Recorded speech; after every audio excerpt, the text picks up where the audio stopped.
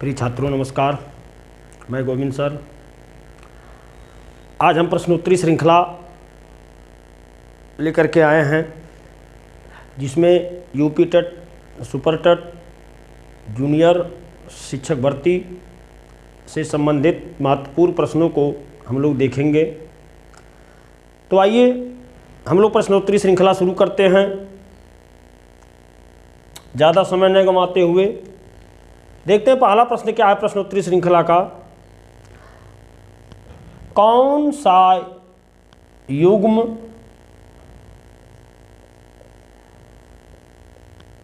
सुमेलित नहीं है?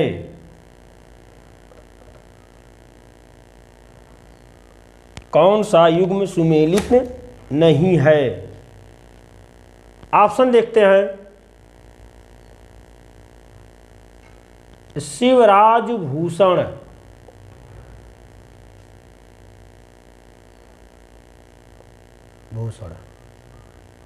दूसरा ऑप्शन शब्द रसायन,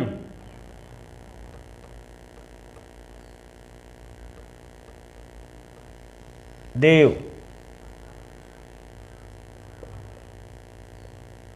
परिमल, निराला, उद्धव शतक,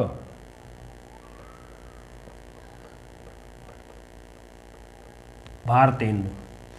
इसमें आपको बताना है कि रचनाकारों का कौन सा युग्म सुमेलित नहीं है, यानी कौन सी रचना सुमेलित है, कौन सी रचना सुमेलित नहीं है।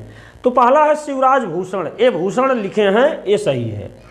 शब्द रसायन महाकवि देव की रचना है, ये भी सही है। परिमल छायावादी कवि सूर्यकांत त्रिपाठी निराला की रचना है, ये भी सही है। उद्धव शतक जगन्नाथ दास रत्नाकर लिखे हैं। कौन? जगन्नाथ दास रत्नाकर, न कि भारतेंदु हरिश्चंद्र।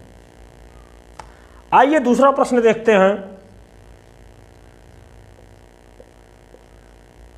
सुमेलित युग्म नहीं है, इसी प्रकार का दूसरा प्रश्न है।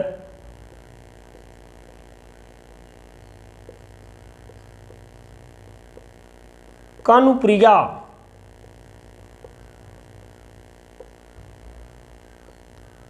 धर्मवीर भारती।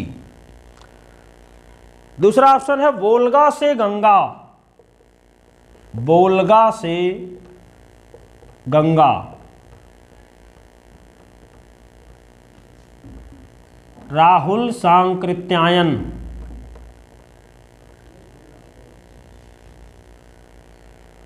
तीसरा ऑप्शन है आर्यों का आदि देश,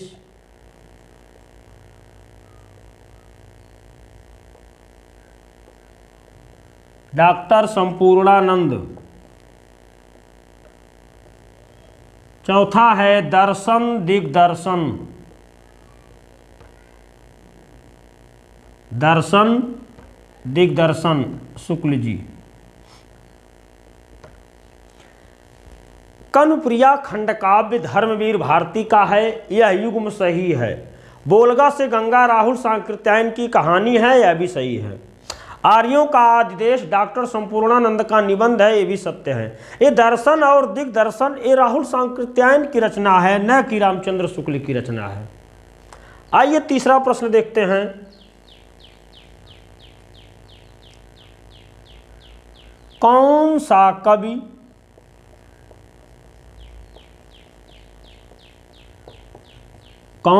कवि रीतिकाल का नहीं है?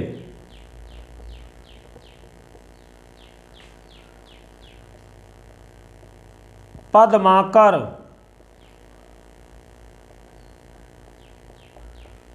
घनानंद,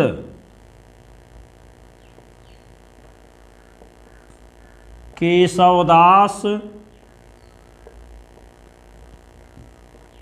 रहीमदास। इसे आपको बताना है कि कौन सा कवि रीतिकाल का नहीं है। तो रहीमदास रीतिकाल के कवि नहीं हैं, ये भक्तिकाल के कृष्णाश्रयी शाखा के अंतर्गत आते हैं। आइए चौथा प्रश्न हम लोग देखते हैं।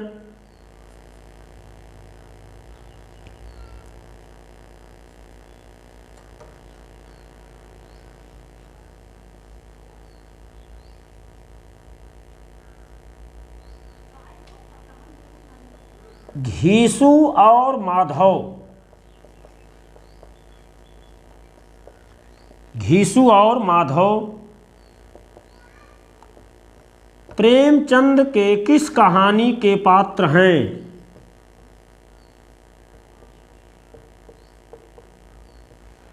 घीसू और माधव प्रेमचंद के किस कहानी के पात्र हैं? तो कफन कहानी के पात्र हैं। ये प्रेमचंद की अंतिम कहानी है कफन, उसी कहानी के पात्र हैं घीसू और माधव। आइए पांचवा प्रश्न हम लोग देखते हैं। इन प्रश्नों को आप लोग लिखते रहिएगा, बड़े ही महत्वपूर्ण प्रश्न हैं जो बार बार परीक्षाओं में पूछे जाते हैं।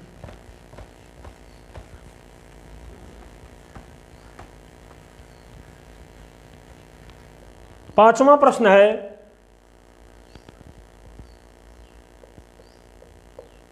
दुल्हिन गावहु मंगल चार,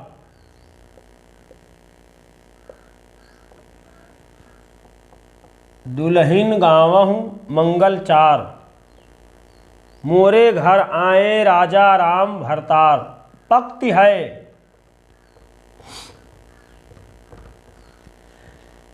ये बार बार ये पूछा जाता है कि दुल्हिन गावहु मंगल चार और काहेरी नलनी तू को मिलानी, तो ये पद किसके हैं? कबीर दास के।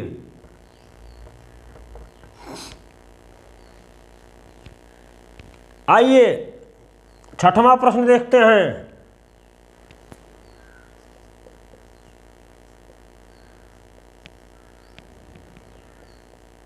प्रभु जी तुम चंदन हम पानी,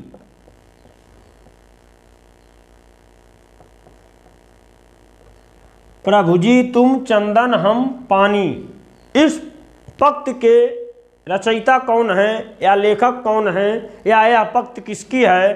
तो यह पक्त किसकी है? संत रैदास की पक्ति है। प्रभु जी तुम चंदन हम पानी, जाकी बास अंग अंग समानी, ये पद किसके हैं? रैदास या रविदास, दोनों नाम ऑप्शन में मिल सकते हैं। आइए सातवां प्रश्न हम लोग देखते हैं। देशभक्ति में समास है, देशभक्ति में समास है, तो देशभक्ति में जब आप इसका विग्रह करेंगे तो देश के लिए भक्ति यानी संप्रदान तत्पुरुष या चतुर्थी तत्पुरुष समास इसमें है। प्रश्नोत्तरी श्रृंखला का आठवां प्रश्न, प्राग ऐतिहासिक,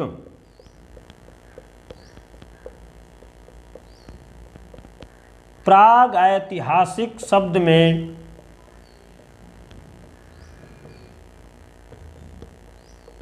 उपसर्ग है, इसमें ऑप्शन ले लीजिए। प्राक,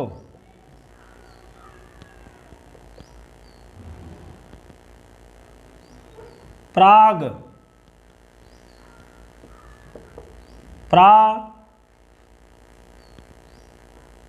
इक, तो प्राग ऐतिहासिक शब्द में कौन सा उपसर्ग है? प्राक उपसर्ग है। प्राक धन ऐतिहासिक, तो क्या होगा? प्राग ऐतिहासिक। नौवां प्रश्न देखते हैं। इला किसका पर्यायवाची है? इला,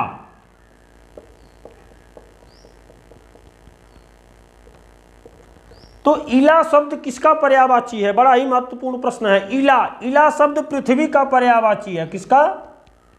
पृथ्वी, भू, धारा, उर्व, ये सब जो किसके पर्यायवाची हैं? पृथ्वी के पर्यायवाची हैं। आइए 10वां प्रश्न हम लोग देखते हैं। वेसर किसका पर्यायवाची है? बेसर, बेसर किसका पर्यायवाची है?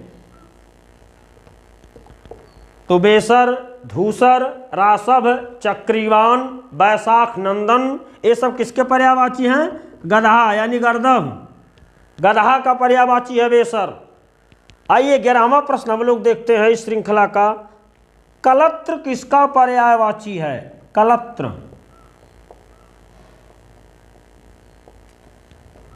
कलत्र किसका पर्यायवाची है? तो कलत्र किसका पर्यायवाची है? स्त्री का, स्त्री का पर्यायवाची है कलत्र, स्त्री। आइए 12वां प्रश्न देखते हैं।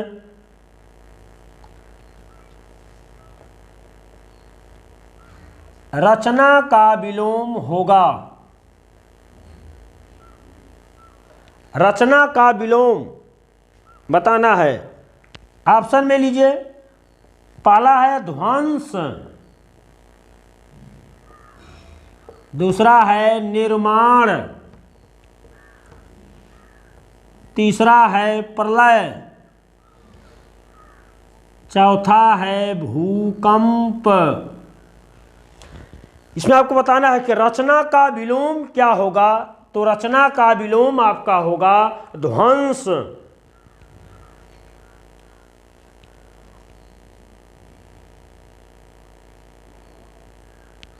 आइए 13वां प्रश्न हम लोग देखते हैं प्रश्नोत्तरी श्रृंखला का।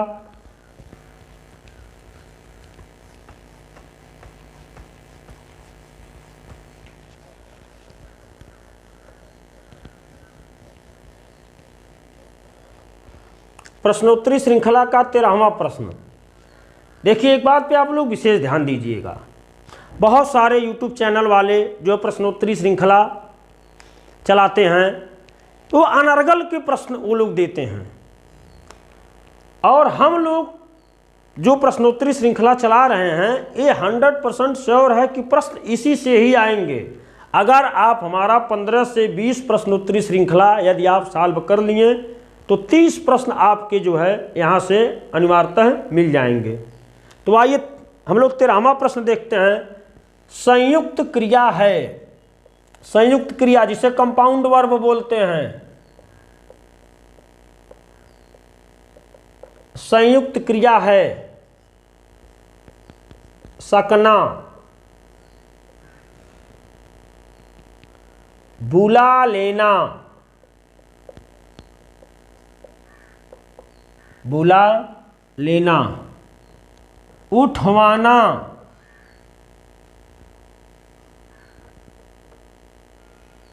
लेटना। इसमें पूछा संयुक्त क्रिया है, तो संयुक्त क्रिया की परिभाषा है कि जब दो क्रियाएं एक साथ मिल करके आए, तो यहाँ पे बुला और लेना दो क्रियाएं एक साथ मिल करके आई हैं, इसी को हम कंपाउंड वर्ब या संयुक्त क्रिया कहते हैं। आइए 14वां प्रश्न है हमारा।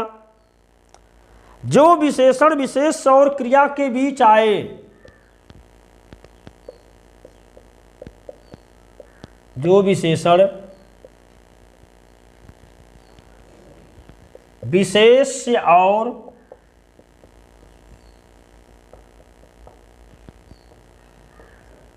क्रिया के बीच आए,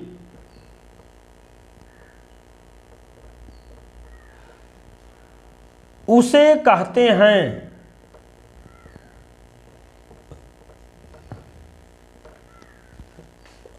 ऑप्शन ले लीजिए, विधेय विशेषण,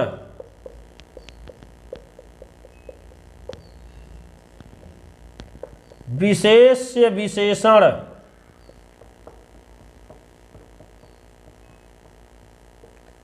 प्रविशेषण,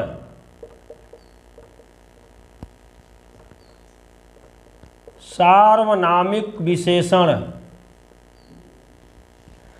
यानी जब विशेषण विशेष यानी संज्ञा, जब विशेषण संज्ञा और क्रिया के बीच आए तो उसे क्या कहते हैं? तो उसे कहते हैं विधेय विशेषण। ये हम आपको पढ़ाए थे कि जब विशेषण संज्ञा और क्रिया के बीच में आए तो उसे विधेय विशेषण कहते हैं, और जब विशेषण संज्ञा के पूर्व यानी पहले आए तो उसे क्या कहते हैं? विशेष्य विशेषण। और प्रविशेषण भी बताए थे कि जब विशेषण विशेषण की विशेषता लगे बताने तो उसे क्या कहते हैं? प्रविशेषण। आइए 15वां प्रश्न हम लोग इस श्रृंखला का देखते हैं। उर्दू किस भाषा का शब्द है?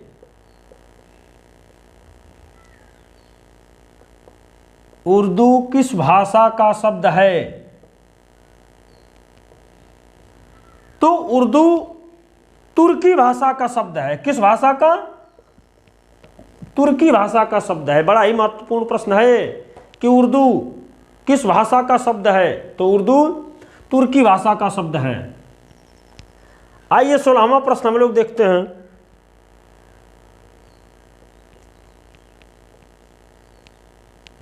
यौगिक शब्द है, ऑप्शन ले लीजिए।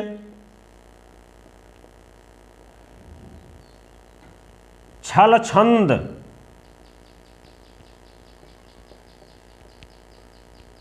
चक्रपाणी, सरसिज, लकड़ी। इसमें आपको बताना है कि यौगिक शब्द कौन सा है। आप देखिए चक्रपाणी, सरसिज, लकड़ी और छलछंद। तो इसमें छल छंद यौगिक शब्द हैं, बाकी चक्रपाणी और सरसिज योग रूढ़ शब्द हैं, जबकि लकड़ी रूढ़ शब्द है। आइए अगला प्रश्न देखते हैं, 17वां प्रश्न। खुशबू शब्द में उपसर्ग है। खुशबू शब्द में कौन सा उपसर्ग है। ऑप्शन ले लीजिए। खु उपसर्ग, खुश उपसर्ग, बू उपसर्ग, ख उपसर्ग। इसमें आपको बताना है कि खुशबू शब्द में कौन सा उपसर्ग है। तो खुशबू इसमें उर्दू का उपसर्ग है, खुश उपसर्ग। खुश का अर्थ होता है अत्यधिक और बू का अर्थ होता है सुगंध। तो इसमें कौन सा उपसर्ग है, खुश उपसर्ग है। आइए प्रश्नोत्तरी श्रृंखला का 18वां प्रश्न हम लोग देखते हैं।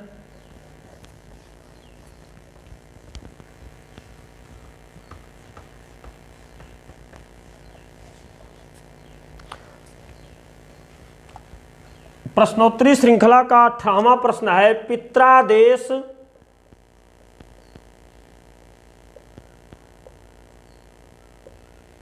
में संधि है।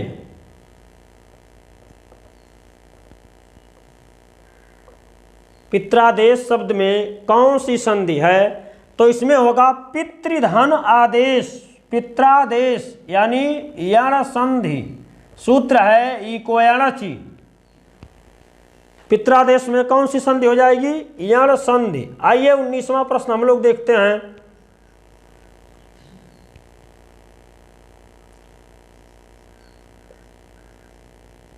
अंशुमाली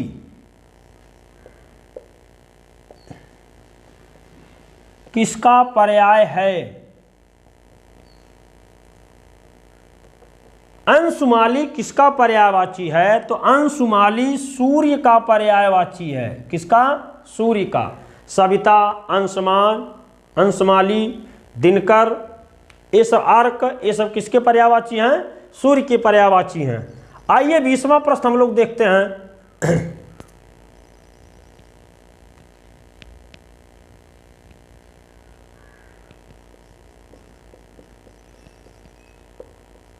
वर्णों के व्यवस्थित समूह को कहते हैं। वर्णों के व्यवस्थित समूह को क्या कहते हैं। तो वर्णों के व्यवस्थित समूह को वर्णमाला कहते हैं। क्या कहते हैं, वर्णमाला कहते हैं। आइए 21वां प्रश्न हम लोग देखते हैं।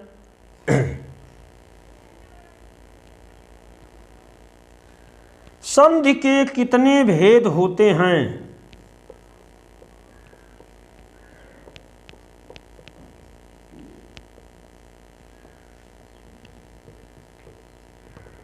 तो संधि के कुल 3 भेद होते हैं। स्वर संधि, व्यंजन संधि और विसर्ग संधि। स्वर संधि के 5 भेद होते हैं और संस्कृत में स्वर संधि के कितने भेद होते हैं, 7 भेद वहाँ पे पढ़ाए जाते हैं। आइए 22वां प्रश्न हम लोग देखते हैं। 22वां प्रश्न साहित्य से है। हिंदी का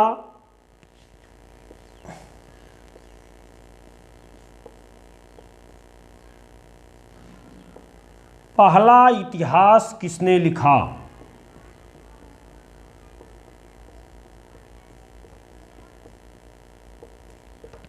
बड़ा ही महत्वपूर्ण प्रश्न है ये। हिंदी का पहला इतिहास किसने लिखा? तो हिंदी का पहला इतिहास फ्रेंच विद्वान गारसा द तासी ने लिखा। कौन लिखा? गारसा द तासी। इन्होंने हिंदी साहित्य का पहला इतिहास फ्रेंच भाषा में लिखा। आइए 23वां प्रश्न हम लोग देखते हैं।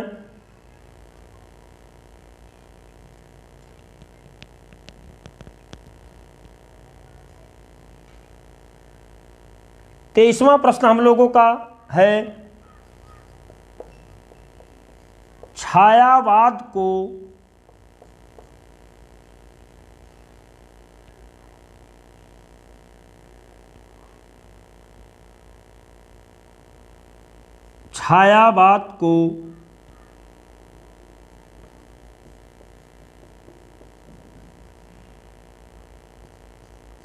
चित्रात्मक भाषा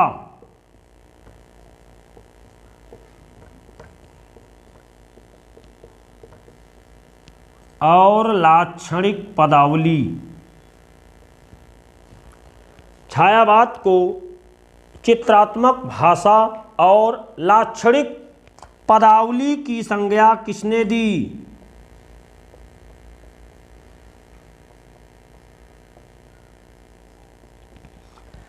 तो छायावाद को चित्रात्मक भाषा और लाक्षणिक पदावली की संज्ञा किसने दी? आचार्य रामचंद्र शुक्ल ने दी। आइए हम लोग 24वां प्रश्न देखते हैं इस श्रृंखला का।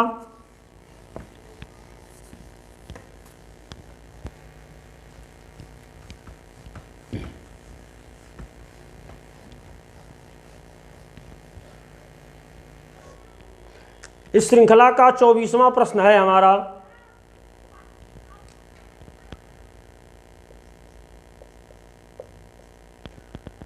बकरी किसका नाटक है?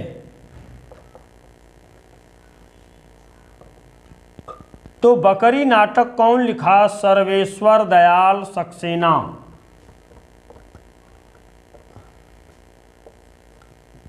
सर्वेश्वर दयाल सक्सेना। इस श्रृंखला का अंतिम प्रश्न हम लोग देखते हैं। वीडियो बहुत बड़ा हो जा रहा है।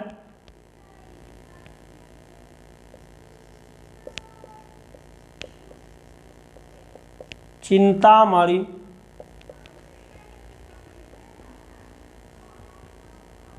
किसकी पुस्तक है? तो चिंतामणि आचार्य रामचंद्र शुक्ल की पुस्तक है चिंतामणि। कहा गया है, चंद्रबली के पुत्र शुक्ल जी ग्राम अगोनावासी, ऋणी रहेंगे चिंतामणि के हिंदी भाषा भाषी। तो आज का प्रश्नोत्तरी श्रृंखला यहीं पे समाप्त होता है। मिलते हैं कल हम लोग एक अगले वीडियो के साथ। यदि आपको हमारा ये वीडियो अच्छा लगा हो तो आप हमारे चैनल को ज़्यादा से ज़्यादा शेयर करें और सब्सक्राइब करें। नमस्कार।